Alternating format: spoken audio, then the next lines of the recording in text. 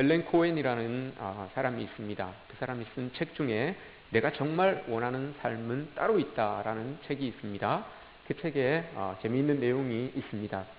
한 왕이 정글을 이렇게 탐험하던 중이었습니다.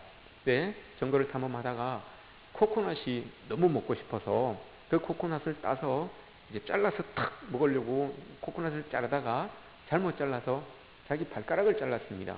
자기 발가락을 잘라서 엄청 아파서 막 괴로워하고 있는데 함께 동행했던 사제가 이르기를 왕이시여 이거 좋은 징조입니다 라고 이렇게 이야기를 했어요. 그랬더니 왕이 화가 나가지고 남은 아파 죽겠는데 좋은 징조라고 하니까 화가 나서 그 사제를 구덩이에다가 던져버렸어요. 그리고는 왕은 계속해서 정글을 탐험했습니다. 정글을 탐험하다가 이 왕이 이 정글에 살고 있는 식인종 부족에게 잡혔어요. 잡혀서 그 식인종 부족이 이 왕을 자기들이 숨기는 신에게 바치려고, 번제로 바치려고 왕을 이렇게 살펴보는데 쭉 살펴보다 보니까 발가락이 하나 없는 거예요. 그래서 이게 깨끗하지 않다라고 해서 그 왕을 도로 놓아줬어요. 번제로 안 드리고 도로 놓아준 거예요. 그랬더니 그 왕이 생각이 난 거예요. 그 사제가 나에게 이거 좋은 징조입니다 라고 했던 그 말이 탁 떠올라서 구덩이에 빠져있는 사제를 찾아갔어요. 그래서 사제를 찾아가서 미안하다 사과를 했어요. 사과를 하고 그 사제를 이렇게 끌어냈죠. 그랬더니 사제가 이렇게 이야기를 합니다. 왕이시여 그거는 사과할 일이 아닙니다. 그 일은 저에게도 행운입니다. 만약에 제가 왕과 함께 있었으면 아마 제가 번제물로 드려졌을 겁니다. 참 행운입니다 라고 이렇게 이야기를 했습니다. 그 내용이 그 책에 이렇게 담겨져 있죠.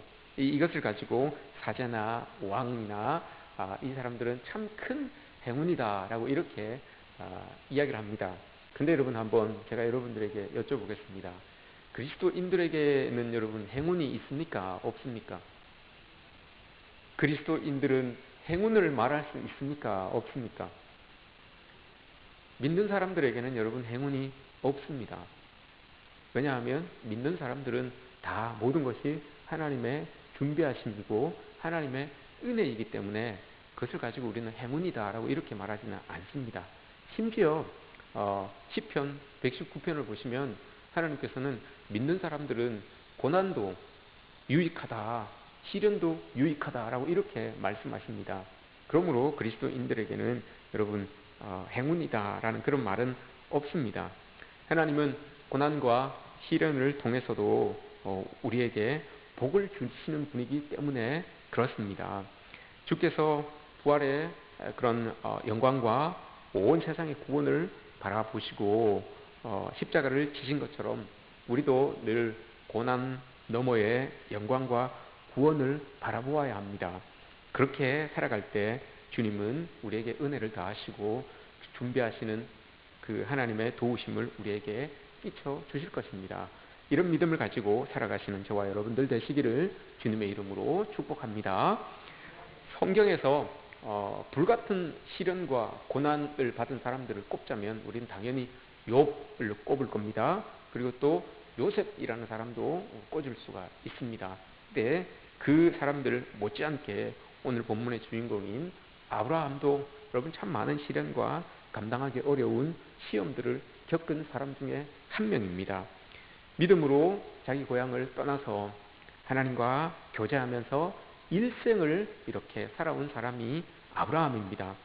그러는 동안에 아브라함의 신앙은 아마 조금씩 나날이 성장하였을 것입니다. 여러 그런 시험들을 겪으면서 자기 안에 있었던 그런 불순종의 모습들을 하나하나 이렇게 몰아냈을 겁니다. 더 정확하게 말하면 하나님께서 아마 어떤 시련과 고난들을 통해서 아브라함 속에 있었던 그 불순종의 마음들을 하나하나 몰아내셨을 겁니다. 이게 더 정확할 겁니다. 내가 시험을 이겨서 내 안에 있는 불순종의 모습을 버렸다라는 것보다 하나님께서 내 안의 불순종들을 하나하나 버리게 만드시기 위해서 시련이나 고난들을 나에게 주셨다. 그것을 이길 때마다 불순종의 모습들이 하나씩 꺼집어서 버려지게 되는 그런 나의 삶의 모습이다라고 이렇게 우리는 이야기할 수 있겠죠. 희한하게도 이런 신앙이나 이런 시련들, 이런 고난들을 하나하나 겪을 때마다 겪고 나서 여러분 우리는 고백하기를 우리의 신앙이 조금씩 성장하는 것을 우리가 스스로도 느낍니다. 큰 일을 겪고 나면 아이들이 자라는 것처럼 한번 아프고 나면 아이가 뒤집습니다. 또 한번 아프고 나면 그 아이가 말을 합니다. 또 그 아이가 한번 아프고 나면 일어섭니다. 그리고 막 걸어갑니다. 이런 것처럼 우리의 신앙도 마찬가지죠. 우리의 신앙도 하나님이 동행하여 주시지만 시련을 겪고 고난을 겪을 때마다 조금씩 하나님이 원하시는 모습으로 우리가 성장해 나아가는 것을 느낍니다. 이 연단의 시간을 넘어가지 못하면 여러분 우리 신앙이 죽게 되는 거죠. 그 시련을 넘어서지 못하면 우리의 신앙이 여러분 전진하지 못하는 그런 모습들이 생겨납니다. 그러나 이런 시련과 어려움들을 겪어내면 우리는 정금같이 나오게 되는 그런 신앙인으로 서게 될 줄 믿습니다. 아브라함이 이제 믿음이 무르익을 대로 무르익었어요. 그 열매가 맺혔는데 그 열매가 잘 익어진 그런 이제 삶의 모습이 지금 아브라함의 모습입니다. 지금 나이로 치면 한 115세 정도, 115세에서 120세 사이 정도로 이렇게 추정을 할 수가 있습니다. 그러니까 그때까지 아브라함은 여러 가지 시험을 겪으면서 이제는 세상을 쭉 돌아봤을 때에 저 사람처럼 완전한 사람은 없을 정도로 온유하고 완벽하고 신앙이 거룩한 믿음의 조상으로서의 그런 모습으로 지금 아브라함이 이렇게 자리하고 있는 겁니다. 19장에 보시면 소돔과 고모라를 위해서 중보하는 그런 이 사람으로 아브라함이 이렇게 서 있죠. 21장에 보시면 또 하나님께서 명령하셔서 결단을 합니다. 이스마엘이라고 하는 그 아들을 여러분 자기 그 아내에게서 난 약속의 자녀가 아니기 때문에 내어쫓습니다. 참 마음의 아픔이겠죠. 그럼에도 불구하고 그건 하나님과의 약속이기 때문에 그 약속을 지키기 위해서 결심하고 그 약속을 따라서 아들을 쫓아냅니다. 이만큼 믿음이 굳건해진 그 아브라함의 모습들을 우리가 이렇게 보지요. 더 이상 아브라함에게 이제는 시련이 없겠다. 이제 하나님 주시는 그 약속 믿고 복만 누리며 살면 되겠다. 여러분 이렇게 우리는 생각할 수가 있습니다. 지금 상황도 그렇고요. 그런데 가장 어렵고 큰 시련이 남아 있습니다. 사람으로서는 도저히 감당할 수 없는 일이 지금 아브라함에게 남아 있어요. 1절 말씀을 보시면 그 일 후에 하나님이 아브라함을 시험하시려고 이렇게 말씀하고 계시죠. 그 일 후에 그 일이 여러분 어떤 일입니까? 이방 사람들이 아브라함과 전쟁도 하고 막 아브라함 괴롭히기도 했는데 그러다 보니까 아브라함이 하나님과 동행하는 사람이고 하나님이 아브라함을 돕는다. 하나님이 아브라함과 동행한다라는 것을 이 사람들이 깨달은 거예요. 이방 사람들이 아브라함을 보고 그래서 아브라함에게 가서 화친을 맺습니다.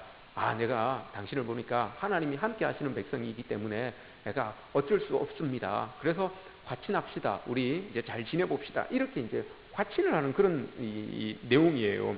그 일이 있고 난 다음에 평화의 조약을 맺고 난 다음에 있어진 그런 말입니다. 조약을 맺으려고 사람들이 다 찾아온 그런 일이 있고 난 다음에 하나님께서 아브라함을 부른 거예요. 그러니까 상황적으로 봤을 때 이제 아브라함에게는 여러분 거칠 것이 없던 거예요. 가정도 모두 다 평안해지고 주변의 나라들도 또 주변의 사람들도 다 잘 이렇게 정리가 되어서 정말 이 좋은 모습으로 문제가 다 해결된 그런 모습으로 이제 하나님께서 약속하신 그 모든 것을 받아 누리기만 하면 되는 그런 신앙의 고백까지 하나님 앞에 다 보여진 그런 모습의 아브라함이 지금 이 모습이에요. 그러니까 아무 문제될 게 없는 거예요. 그러니까 이제 믿음으로 살면 탄탄대로 이 대로가 아브라함에게 쫙 열려지는 그런 상황입니다. 그런데 그 일 후에 그런 상황인데 하나님께서 아브라함을 시험하시려고 아브라함을 부르신다라고 이렇게 말씀을 하십니다. 여러분 야고보서 1장에 보시면, 야고보서 1장 13절에 보시면 하나님께서는 아무 사람도 시험하지 않습니다 라고 이렇게 말씀하시잖아요. 근데 왜 여러분 아브라함은 시험을 했을까요? 아브라함은 사람이 아니라서 그럴까요? 아브라함도 사람인데, 여러분 야고보서 1장 13절에는 하나님은 아무도 시험하지 않으시고 하나님 자신도 시험받지 않으신다라고 이렇게 말씀하셨는데, 오늘 말씀에서는 1절에 보시면 하나님이 아브라함을 시험하시려고 그를 부르시되라고 이렇게 말씀을 하시잖아요. 이 어떤 내용일까요? 오늘 본문에 쓰여 있는 이 시험이라고 하는 히브리어 단어는 나사라는 말입니다. 나사라는 말인데, 이 말에는 의미가 많아요. 시험하다, 유혹하다, 시도하다, 증명하다, 이런 의미를 가지고 있어요. 한번 생각해 보십시오. 시험하다, 유혹하다, 시도하다, 증명하다. 이게 시험이라고 하는 그 단어가 가지고 있는 총 포괄되어 있는 뜻인데, 하나하나를 여러분 한번 생각해 보십시오. 시험하다. 왜 여러분 시험하겠습니까? 시험하는 이유는 그 사람의 자질과 역량을 여러분 증명하려고 시험하는 거예요. 맞죠? 유혹은 여러분 왜 유혹합니까? 그 사람이 가지고 있는 참된 진실을 여러분 증명하기 위해서 유혹하는 겁니다. 시도는 여러분 왜 하는 겁니까? 왜 시도하는 겁니까? 그 사람이 가지고 있는 능력, 이걸 여러분 증명해 보이기 위해서 시도하는 거죠. 오늘 아브라함에게 하나님께서 아브라함을 시험하시려고 부르셨다라고 하는 이 단어에 쓰여져 있는 뜻은, 이 시험이라고 하는 뜻은 아브라함을 시험하시려고라고 이렇게 부르셨다고 하지만, 사실은 하나님께서 아브라함의 어떤 능력, 역량을 증명하시려고, 혹은 아브라함에게 어떤 자격이 있음을 보시려고 부르셨다라고 이렇게 해석을 해야 되는 게 맞습니다. 야고보서의 말씀과 견주어 본다면, 그런 의미에서 이 시험이라고 하는 이 단어를 야고보서의 말씀과도 이렇게 연결시켜 보면, 야고보서는 히라보로 쓰여져 있기 때문에 히라보로서의 시험은 페이라조라고 하는 말입니다. 근데 이 말도 의미를 따져보면 똑같아요. 시험하다, 유혹하다, 시도하다, 증명하다, 이것과 똑같아요. 근데 특별히 야고보서에서 시험이라고 쓰여 있는 이 단어는 어떤 의미로서의 시험이냐고 하면 유혹이에요. 죄를 짓게 만들기 위한 유혹. 요걸 이제 야고보서에서는 시험이다라고 이렇게 총괄적으로 사용하는 거예요. 그러니까 야고보서 기자가 이야기한 하나님은 아무도 시험하지 않습니다라고 하신 그 말씀은, 하나님께서는 어떤 사람이 죄에 빠지도록 그렇게 유혹해서 시험하지 않는다 이 말이에요. 사람들은 그렇게 할지 모르지만, 사람들은 행위를 통해서 누구를 유혹해서 죄에 빠지게 하는 그런 시험들을 하지만, 하나님은 그런 시험들을 하지 않는다라는 이 말씀을 하기 위해서 야고보서에서는 하나님은 아무도 시험하지 않는다라고 이렇게 말씀하시는 겁니다. 그러니까 조금은 다르죠. 야고보서에서 이야기하는 시험과 오늘 여기에서 이야기하고 있는 시험은 좀 다르다라는 것을 우리가 기억해야 됩니다. 죄를 짓게 하는 유혹으로부터 시험을 하지 않으신다라는 그런 의미의 야고보서 말씀이지만, 오늘 아브라함의 시험은 그런 시험이 아닙니다. 유혹으로부터 오는 그런 고난과는 관련이 없는 그런 시험입니다. 오늘 아브라함의 신앙의 자격과 능력을 여러분 하나님께서는 검증하고 싶었던 거죠. 보고 싶었던 것이에요. 잘 살아왔지만 마지막으로 이걸 한번 보고 싶었던 겁니다. 하나님께서 아브라함의 믿음을 보고 싶었던 겁니다. 그래서 이 아브라함을 불러서 시험을 하시는 거죠. 근데 이 시험을 아브라함이 보기 좋게 넘겨 보냅니다. 잘 극복해 냅니다. 멋지게 통과하죠. 여러분, 우리도 하나님의 사람으로 증명되는 그런 과정들이 이렇게 있습니다. 이럴 때 아브라함이 보여줬던 이 믿음을 가져야 되는 그런 우리의 모습이죠. 우리도 여러분 이렇게 아브라함이 하나님께 보여준 이 믿음의 모습 똑같이 가져서 정말 보기 좋게 우리의 고난과 우리의 시련을 넘어설 수 있는 그런 저와 여러분들 되었으면 좋겠습니다. 그럼 과연 아브라함이 여러분 이 시험을 넘어선 그 믿음은 과연 어떤 것인지 우리가 한번 살펴보았으면 좋겠습니다. 하나님께서 아브라함을 부르십니다. 그리고는 요구하시죠. 네 아들, 네 사랑하는 독자 이삭을 데리고 모리아산으로 가서 번제를 드려라 라고 이렇게 하셨습니다. 이삭을 3번에 걸쳐서 언급을 하고 있죠. 네 아들, 네 사랑하는 독자 이삭. 왜 여러분 3번을 언급하였을까요? 아브라함에게 이삭은 그냥 아들이 아닙니다. 너무나 사랑하는 백세에 낳은 아들입니다. 백세에 낳은 아들 독자였습니다. 게다가 이삭은 아브라함의 가족들 뿐만이 아니라 그 소식을 들은 모든 사람들이 기뻐하며 즐거워하며 웃었던, 그래서 그 이름이 웃음인 그런 아들이었습니다. 근데 여러분 얼마나 귀했겠습니까? 이 아들 하나로 인해서 아브라함과 사라의 그 모든 실험과 평생의 한을 풀어준 아들이 바로 이 아들이었어요. 얼마나 여러분 소중하겠습니까? 얼마나 귀하겠습니까? 근데 이 아들을 번제로 드려라 라고 이렇게 이야기를 합니다. 번제가 여러분 뭡니까? 그 애를 그냥 불구덩이에 훅 던지는 게 아니잖아요. 떠야 되는 거예요. 떠야 돼. 자기가 칼로 죽여서 떠야 되는 거예요. 이렇게 쭉 갈라야 되는 거예요. 몸을 가르고 이렇게 뼈를 바르고 이렇게 해서 드려야 되는 거예요. 그것도 힘들죠. 아이를 가르는 것도 힘들죠. 그 아이를 불 속에 던지는 것도 힘들죠. 이게 얼마나 여러분 부모로서 힘든, 아버지로서 얼마나 힘든 일입니까?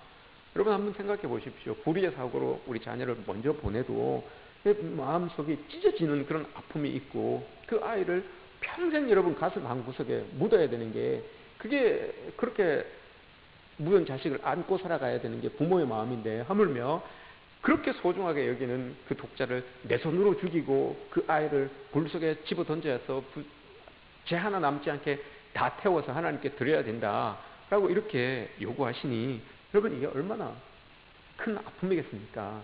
큰 괴로움이겠습니까? 어떻게 여러분 하나님께서 이런 요구를 하실 수 있나, 이렇게 여러분 우리가 생각할 수 있죠. 시련은 누구에게나 여러분 괴롭고 힘듭니다.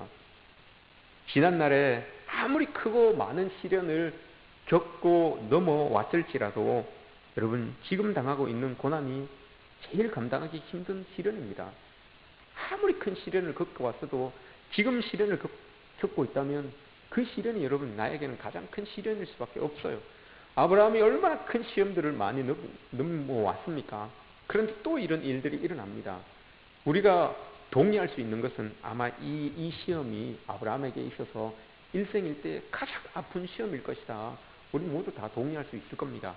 그 아들을 잡아서 하나님께 드려야 되는데 이게 얼마나 여러분 고통스럽겠습니까? 그 고통을 이 본문에서 이렇게 보여주는데, 아브라함이 그 말을 듣고 하나님께서 번제물로 아들을 드려라라는 그 말을 듣고 아브라함이 여러분 말을 딱 닫습니다. 말을 안 해요. 사라에게도 말을 하지 않습니다. 부인인데도 불구하고 말을 하지 않아요. 그래서 어느 날 일어나서 종들과 아들을 데리고 그 정말 번제를 드리러 갑니다. 모리아산을 향하여서 이렇게 나아갑니다. 그 길이 3일 길이에요, 여러분. 3일 동안 가는데도 한마디도 하지 않아요. 그 침묵이, 아브라함이 입을 꼭 다물고 있었던 그 침묵이 여러분 얼마나 하나님의 약속을 지켜 나아가는 그런 이 심정이, 하나님의 그 명령대로 이행해 나아가고 있는 그 아브라함의 마음이 여러분 얼마나 무거운지를 보여주는 거죠. 3일 동안 아무 말도 하지 않습니다. 아무 말도 하지 않고 그냥 애들 데리고, 자기 애 데리고 종들과 함께 그 길을 이렇게 걸어가요. 그러다가 입을 열었어요. 딱 2마디 했는데 그 2마디가 거짓말이에요. 우린 지금 이 상황을 다 알고 있으니까 쉽게 받아들일 수 있지만 아브라함은 그렇지 않아요, 여러분. 모른다고 하면 생각해 보십시오. 여러분들이 아브라함이라고 한번 생각해 보십시오. 3일 동안 아무 말도 하지 않아요. 마음이 너무너무 무거웠기 때문에 아무 말도 하지 않았어요. 그런데 입을 딱 열었어요. 2마디를 딱 했는데 그 2마디가 다 거짓말이었어요. 첫 번째 어떤 말을 했는가 하면, 이제 종들을 두고 이삭만 데리고 모리아산으로 이제 올라가야 되는 상황이에요. 근데 입을 딱 열어서 한다는 말이, 종들에게 한다는 말이, 너희들은 이제 여기서 기다려라. 내가 우리 아들과 함께 가서 제사를 드리고 우리가 함께 내려오겠다라고 이렇게 이야기를 해요. 아브라함은 알고 있잖아요. 자기는 이삭은 번제로 드려야 되고 자기만 내려와야 되는 거예요. 자기만 내려올 수 있는 거예요. 그런데 종들에게 그냥 굳이 가서 예배 드리고 돌아올게 이렇게만 이야기해도 되는데 우리가 같이 내려오겠다라고 이렇게 이야기를 합니다. 사실 여러분 이게 거짓말 같지만 이게 아브라함의 마음이었어요. 상황은 지금 이렇게 절망적인 상황이지만 정말 내 마음 같아서는 하나님 올라가서 예배 드리고 우리 아들하고 함께 내려왔으면 좋겠습니다. 이 마음이 여러분 이 말 안에 담겨져 있는 거예요. 상황은 그런 상황이 아니지만 이 간절한 바람이 아브라함의 바람이 입으로 툭 튀어나온 거죠. 우리가 같이 내려왔으면 좋겠습니다 라고 이렇게 이야기를 하는 겁니다. 그럴 수 없다는 거 알면서도 그렇게 이야기를 하는 거예요. 마음의 바람입니다. 간절한 소망이죠. 이게 또 하나를 이야기합니다. 또 하나 거짓말을 이야기하는데 아들하고 올라갑니다. 모리아산을 이렇게 올라가는데 아들이 툭 물어봐요. 뭘 물어보는가 하면 아버지 번제할 양이 어디 있습니까? 라고 이렇게 이야기를 해요. 번제를 드리려면 양이 있어야 되는 제물이 있어야 되는데 아들이 보니까 없잖아요. 불도 있고 나무도 있고 다 있는데 없는 거예요. 그래서 아들이 아버지에게 툭 물어봐요. 아버지 번제할 양은 어디 있습니까? 라고 이렇게 툭 물어봐요. 아버지가 여러분 그 소리 듣고 청청병력 같겠죠. 어떻게 여러분 어떻게 참아 네가 양이다 라고 이렇게 어떻게 이야기하겠습니까? 네가 양이다 네가 번제물이다 이렇게 어떻게 이야기하겠습니까? 말 못하는 거예요. 그럼 뭐라고 이야기를 합니까? 아들아 하나님이 준비하실 것이다 이렇게 이야기를 딱 해요. 모르죠. 우리는 뒤에 순양이 준비되어 있는 걸 알기 때문에 이 말이 맞다라고 이렇게 생각을 해요. 아브라함은 근데 몰라요. 여러분 지금 아브라함은 모르고 있는 상황이에요. 근데 여러분 아들아 하나님이 준비하실 것이다 라고 이렇게 말씀을 합니다. 이것도 거짓말이죠 사실은. 하지만 여러분 이것 또한 아브라함의 마음이에요. 정말 여러분 하나님께서 정말 예비해 주셔서 그거 멋지게 드리고 우리 아들하고 같이 딱 내려올 수 있게 하나님 도와주십시오. 간절한 그 아브라함의 아버지의 그 마음이 담겨져 있는 말이에요. 하나님 꼭 하나님께서 준비해 주셔서 정말 하나님 살아계시는 것을 좀 보여주십시오라고 하는 그 아브라함의 마음이 담겨져 있었던 그 말입니다. 이것이 정말 이 일이 지금 아브라함에게서 일어나고 있는 이 일이 정말 악몽 같았으면 좋겠죠. 눈을 뜨면 끝나는 것입니까? 근데 그것도 아니에요. 근데 인간적인 그런 마음 속에서 막 그 상황 속에 일어나는 그 저항들을 여러분 아브라함은 다 밀어내고 가슴 속으로 눈물을 흘리면서 모리아산을 향하여서 아브라함이 올라갑니다. 이 순간이 여러분 아브라함의 믿음이 하나님 앞에 보여지는 증명되어지는 그런 순간입니다. 유혹과 갈등과 아픔 그 3일길을 올라가면서 여러분 그냥 뒤로 돌아가자 내 아들하고 그냥 같이 그냥 잘 살자 이렇게 하고 여러분 돌아가고 싶은 마음이 얼마나 많았겠습니까? 그냥 딴 거 양 한 마리 들고 가서 그냥 하나님께 예배 드리자 이렇게 마음 먹고 갈 수도 있었겠죠. 그런데 여러분 아브라함이 그 유혹을 다 뿌리치고 그 마음속에 갈등을 뿌리치고 아들을 죽여야 되는 그 아픔을 여러분 다 뿌리치고 올라갑니다. 그리고 아들을 결박해서 제단에 올려놓고 잡으려고 여러분 칼을 번쩍 들어요. 칼을 번쩍 들고 내리치려고 합니다. 이 상황을 여러분 히브리서 11장에 보면 히브리서 11장 19절입니까? 거기를 보면 이렇게 기록하고 있습니다. 히브리서 11장은 믿음의 사람들을 이야기하는 곳이에요. 그 믿음의 사람들을 이야기하면서 아브라함이 이 상황이 주어졌을 때 어떻게 아브라함을 표현하고 있는가 하면 아브라함이 이삭을 잡으려고 할 때 드리려고 할 때 아브라함은 어떤 믿음이 있었는가 하면 하나님께서 이 이삭을 죽은 자 가운데서도 다시 살리실 줄을 믿고 그렇게 했다고 하는 거예요. 지금 아브라함을 잡으려고 칼을 번쩍 들고 죽이려고 하는 그 상황 속에서도 아브라함 속에 믿음이 있었다는 거예요. 그게 어떤 믿음이냐? 하나님께서는 이삭이 죽어도 하나님이 다시 이삭을 살리실 것이다 라고 하는 그 믿음이 있었다는 거예요. 히브리서 11장에서 그렇게 고백을 하고 있어요. 그렇게 아브라함이 그 믿음을 가지고 딱 죽이려고 하니까 하나님께서 그 믿음을 보신 거죠. 그래서 천사들을 향해서 시킨 거예요. 멈추게 해라. 하늘로부터 아브라함의 그 행위를 탁 멈추게 하는 부름이 있습니다. 아브라함아, 아브라함아, 이제 아들에게 손을 대지 말아라. 내가 이제야 네가 하나님을 경외하는 줄을 내가 아노라. 이렇게 이야기해요. 아브라함의 믿음을 보신 거예요. 이게 여러분 아브라함이 이겨낸 보여준 그 믿음의 모습이에요. 지금까지는 여러분 아브라함 일반적인 믿음을 가지고 있었어요. 우리가 똑같아요. 우리가 별반 다를 게 없는 그런 아브라함 믿음이었어요. 하나님께서 복 주시면 감사하고 고난 가운데 두시면 하나님 이거 이겨낼 수 있도록 힘 주십시오 라고 이렇게 기도하면서 그렇게 살아온 사람이, 일반적인 믿음을 가지고 살아온 사람이 아브라함이었어요. 근데 아브라함의 삶은 전혀 여러분 우리와 그런 다른 삶이 아니었습니다. 우리와 똑같은 사람이었어요. 적어도 이 사건 전까지는. 하지만 이 사건을 계기로 여러분 아브라함이 바뀌어요. 이 사건 이전에는 실패하고 실수하고 인간적인 방법으로 자기의 뜻을 이루려고 그렇게 노력하고 애쓰는 그런 모습들, 우리와 별반 다르지 않잖아요. 근데 이 사건이 딱 일어남으로 말미암아 그랬던 아브라함이 모리아 산 꼭대기에서 인류 역사상 가장 위대한 믿음의 사람으로 거듭나게 됩니다. 이게 아브라함의 인생이에요. 여기서 여러분 우리가 꼭 생각해야 되는 게 있습니다. 오늘 말씀 마지막 절에서 14절에서 아브라함이 그 땅 이름을 여호와 이레라고 이렇게 이야기를 하였고, 사람들이 말하기를 여호와의 산에서 준비되리라 라고 이렇게 말씀을 하였습니다.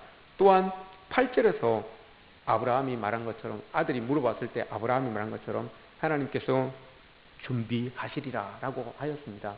그래서 우리는 여호와 이레라고 하면 하나님께서 준비하신다 라고 이렇게 우리는 알고 있죠. 근데 이레, 여호와 이레라고 할 때 이레라고 하는 이 단어가 여러분 히브리어 라라고 하는 말에서 나온 거예요. 라라고 하는 말에서 나왔는데 그 라라고 하는 단어의 뜻이 뭔가 하면 증명하다, 보이다 라는 뜻이에요. 증명하다, 보이다. 그럼 이게 어떤 의미를 가지고 있습니까? 여호와 이레, 이 말씀은 하나님께서 준비해 주시기 위해서는 뭐가 증명되어야 돼요. 뭐가 보여져야 되는 거예요. 뭐가 보여져야 됩니까?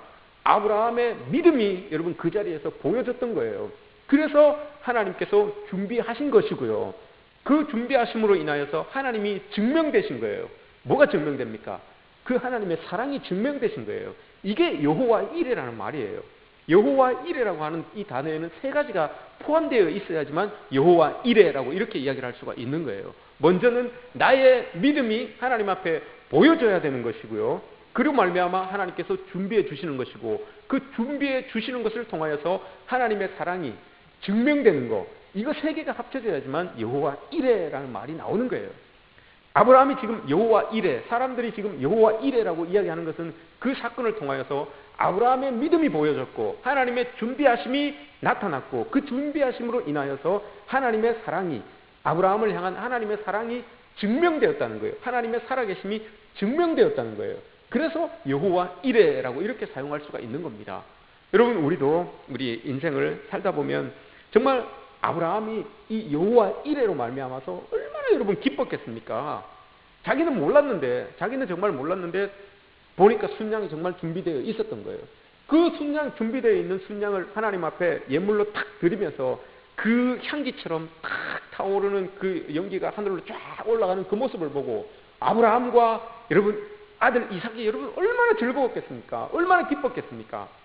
저 아들을 잡아서 죽여야 되는 그 상황 속에서 하나님이 양을 준비해 주셔서 그 양을 잡아서 하나님께 예배를 탁 올려드리니까 그 양의 연기가 향기처럼 하나님께 쫙 올라가는 그 모습을 보고 둘이 아마 우리가 상상할 수 있는 것은 아버지와 아들이 부둥켜 안고 울었을 거예요. 부둥켜 안고 울면서 하나님을 향하여 찬양의 제사를 아마 올려드렸을 겁니다. 여러분 우리의 예배가 이런 모습이 되어야 되는 게 아닙니까? 하나님 앞에 여러분 우리가 드리는 이 예배가 향기로 올라가는 것처럼 보여져야 되는 것 아니겠습니까? 그 향기로 올라가는 그 보여짐 안에는 뭐가 들어있어야 된다는 겁니까? 우리의 믿음이 일단 하나님 앞에 보여져야 되는 것이고, 그것으로 말미암아 하나님의 준비하심이 있어져야 되는 것이고, 그 준비하심으로 말미암아 하나님이 사람들에게, 우리들에게 증명되는 거예요. 하나님의 살아계심과 우리를 사랑하고 계신다는 그 하나님이 증명되시는 거예요. 이게 여호와 이레예요. 우리의 예배가 여러분 이런 예배가 되기를 축복합니다. 우리가 예배 드릴 때마다 우리의 믿음이 하나님 앞에 보여지고 하나님이 우리를 사랑하신다는 것이 증명되고, 그로 말미암아 우리의 삶에, 우리의 모든 인생 가운데 하나님의 준비하시는 그 은혜들이 넘쳐나는 그 근원이 바로 우리의 예배, 하나님 앞에 올려드리는 이 제사가 되시기를 축복합니다. 그러고 보면 여러분 우리가 잘 생각해 보시면 지금 아브라함이 모리아산을 올라가는 것과 하나님께서 예수 그리스도를 여러분 이 골고다로 보내는 것과 이게 여러분 두 개가 이렇게 두 개를 한번 동시에 한번 생각해 보십시오. 똑같은 상황 같지 않습니까, 여러분? 아브라함은 아들 등에 자기가 태워질 나무를 짊어지고 모리아산을 올라갑니다. 하나님은 아들 예수 그리스도에게 자기가 십자가에 달려 돌아가야 될 그 십자가를 지고 올라갑니다. 똑같아요, 둘이. 똑같습니다. 그러면서 여러분 이 아브라함 하나님 이삭이 짊어진 그 자기가 짊어진 그 나무 장자 그게 여러분 자기가 태워 타서 죽어야 될 그 나무예요. 예수님도 마찬가지죠. 예수님도 자기가 짊어지고 가는 그 십자가에 자기가 박혀서 죽어야 되는 그 상황이에요. 이 두 상황을 여러분 이렇게 보시면 두 장면을 이렇게 동시에 보면 이게 정말 하나님의 사랑이 아니겠습니까? 이게 정말 하나님의 준비하심 아니겠습니까? 이삭을 위하여서 준비된 그 양, 우리 인류를 위하여서 준비되신 그 예수 그리스도, 이게 바로 여호와 이레죠. 하나님께서 준비하신 것, 이것으로 하나님의 사랑이 보여지고 증명되는 거예요. 예수 그리스도로 여러분 하나님께서 예수 그리스도를 준비하셨지만 그 준비되신 예수 그리스도로 인하여서 하나님이 증명되고 하나님의 사랑이 보여지는 거예요. 그 순양으로 인하여서 이삭을 위하여서 준비된 그 순양으로 인하여서 하나님의 사랑이 증명되는 것이고 아브라함의 믿음이 보여지는 거죠. 이거 여러분 똑같은 거예요. 우리가 여러분 고난의 인생이라고 하는 이 고난의 모리아산을 우리도 올라가고 있습니다. 우리의 삶이라고 하는 인생이라고 하는 이 믿음의 모리아산을 우리도 올라가고 있어요. 슬픔과 때로는 아픔과 때로는 고난의 산일지 모르지만 그것을 여러분 우리가 올라가고 있어요. 그런 우리들에게도 여호와 이레 하나님께서 준비하시는 은혜가 있어질 것입니다. 하나님께서 우리가 필요로 하는 그 눈물의 기도를 들으시고 하나님께서 준비해 주셔서 정말 하나님의 은혜를 찬양하며 살아갈 수 있는 그런 우리의 삶들이 보여질 것입니다. 그러기 위해서 여호와 이레 우리의 믿음이 보여져야 되는 거예요. 아브라함처럼 보여져야 되는 거예요. 그리고 그 보여짐으로 인하여서 하나님이 증명되는 그런 삶들이 여러분 우리에게 있어질 겁니다. 이 산이 지금 모리아산이라고 했어요. 올라가고 있는 아브라함이 올라가고 있는 이 산이 모리아산이라고 했습니다.